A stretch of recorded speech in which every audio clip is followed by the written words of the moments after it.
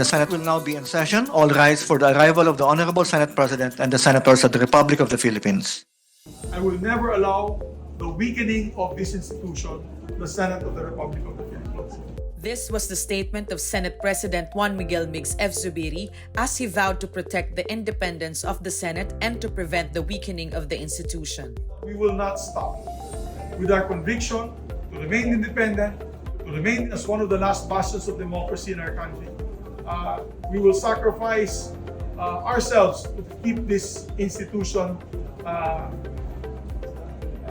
course, as a last bastion of democracy and independent at all times. Senators rallied behind Zubiri in the manifesto reiterating their trust and confidence in the incumbent Senate President's leadership. For his part, Zubiri said he felt humbled by the overwhelming support from his colleagues to press on as Senate President. My job description is to protect and uphold the independence of the Senate. And I will continue to do that. Definitely, I will continue to do that. So, we cannot be dictated upon. Zubiri expressed his gratitude for the continued support and trust of his colleagues in his leadership in the Senate.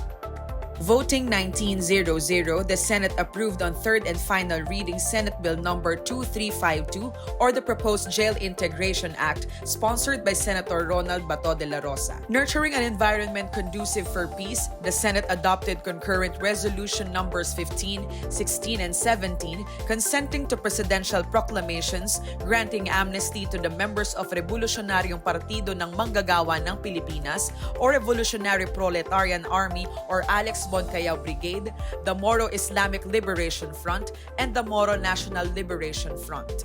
The Senate adopted a resolution commending and congratulating the members of the Senate Lady Defenders team for winning the silver medal in the UNTV Volleyball League. Senator Christopher Lawrence Bongo, sponsor of the measure, expressed his appreciation to the members of the Senate Lady Defenders team and its coaching staff for their exemplary performance in the tournament. Meanwhile, the Senate passed on second reading Senate Bill number 2386 or the Real Property Valuation and Assessment Reform Bill. The bill seeks to expedite the automation of local government units across the country and improve efficiency and revenue collection. Senate Majority Leader Joel Villanueva sponsored Senate Bill number 2587 or the Enterprise-Based Education and Training or EBET Framework Act. The EBET Framework Act seeks to address the issue of on-the-job skills mismatch that contributes to the country's unemployment and underemployment rate. Senators and members of the House of Representatives opened the Bicameral Conference Committee on the disagreeing provisions of Senate Bill number 2455 and House Bill number 9713 or the Self-Reliant Defense Posture Act. Senate Majority Leader Joel Villanueva led the Committee on Rules meeting on a resolution seeking to adopt rules to amend or revise the 1987 Constitution. The Bicameral Commission on Appointments confirmed the ad interim appointments of 46 generals, flag and senior officers of the Armed Forces of the Philippines. In a related development, Senators Ronald Bato de la Rosa, Ramon Bong Revilla Jr., Rafi Tulfo, and Joel Villanueva officially took their oath of office as members of the CA. Senator Villanueva was also elected as CA's Assistant Majority Leader. Senator Sonia Angara reiterated that the proposed resolution of both houses number 6, which aims to amend specific economic provisions in the 1987 Constitution, would not include opening up basic education to foreign entities.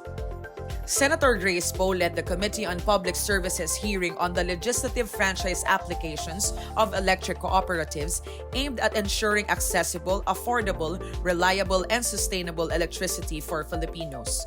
The Committee on Women, Children, Family Relations, and Gender Equality, chaired by Deputy Minority Leader Risa Hontiveros, has cited Kingdom of Jesus Christ leader Apollo Quiboloy in contempt after he refused to appear before the panel.